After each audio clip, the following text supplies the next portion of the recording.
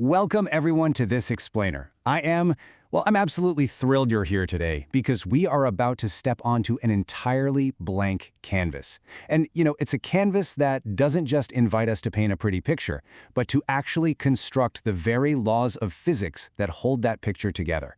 Today, we're unlocking the secrets of the unknown. We're charting the uncharted and exploring exactly how human beings take the literally limitless bounds of their own imagination and forge them into something remarkably real. Just think about that for a second. What if you could literally rewrite the laws of the universe? We all share this deeply universal human desire to kind of step outside the mundane reality of our day-to-day lives, right? We're always wondering about the what-ifs, like what if gravity worked differently? Or what if magic actually fueled our technology? What if a whole society evolved way down in the deep trenches of some alien ocean? It's that completely irresistible urge to explore the vast possibilities of what could be, rather than just accepting what is. And believe it or not, there's an actual, highly structured way we do this. Okay, let's dive into this. To really wrap our heads around how we do this, we need to look at the formal definition. Theorycrafting is the process of creating and developing hypothetical theories, universes, and characters. And this is key, it's all based on established rules. We see this all the time, especially in sci-fi, fantasy, and role-playing games. So it's not just some casual thought experiment or a random daydream. It's actually a deliberate architectural process of building worlds completely from the ground up. So here's our roadmap for today's explainer. First, welcome to the realm. Second, the pillars of world building. Third, theory crafting in the wild. And finally, why we build worlds. Welcome to the realm. We're defining the boundaries of imagination. We're about to see exactly how people construct these highly imaginative, sprawling realms without them just collapsing into total chaos.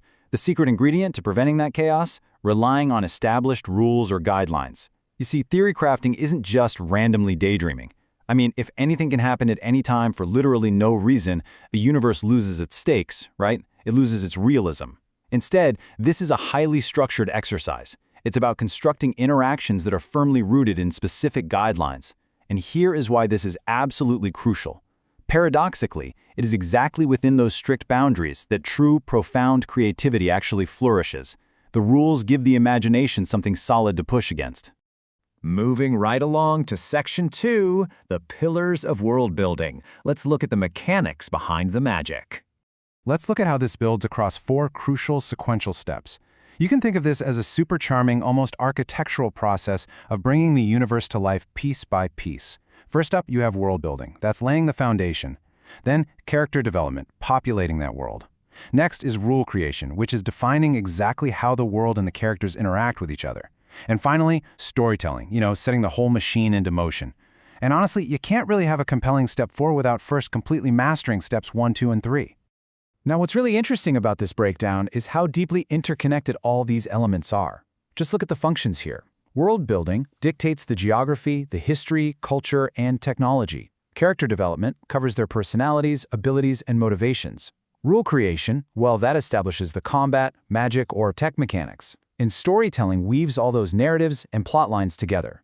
So think about it. A great character's deepest motivation, say a desperate quest for water, relies entirely on the world's geography, like a vast desert, and the combat rules they literally have to master to survive that journey. It is just one brilliantly woven tapestry. Section 3. Theory crafting in the wild. This is where imagination meets reality. This is the aha moment where you might suddenly realize, wait, I already do this, or at least I consume this all the time. On one side, we have fantasy theory crafting, which includes shared universes like Dungeons and Dragons and fan fiction. But on the flip side, we have scientific theory crafting. This is sci-fi speculation. This is where real-world scientists, researchers, and enthusiasts get together to discuss hypothetical technologies, future societies, and the potential consequences of very real scientific advancements.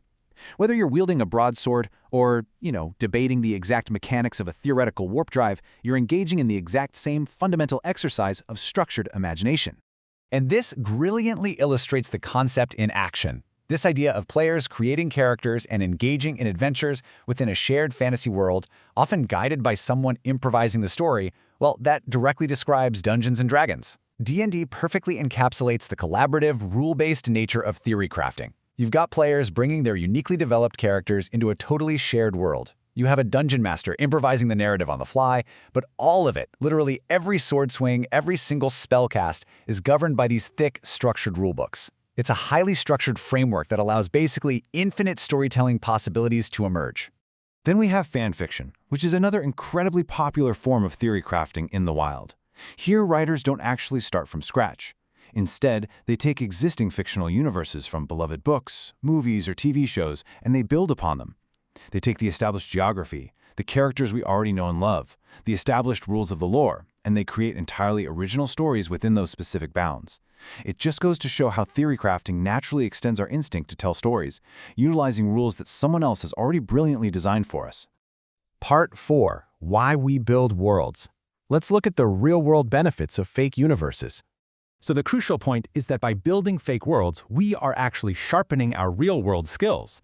We unlock raw creativity and imagination, allowing folks to explore their absolute full creative potential. We practice intense problem-solving. We engage in community building through collaboration, and honestly, it's a phenomenal tool for learning and education.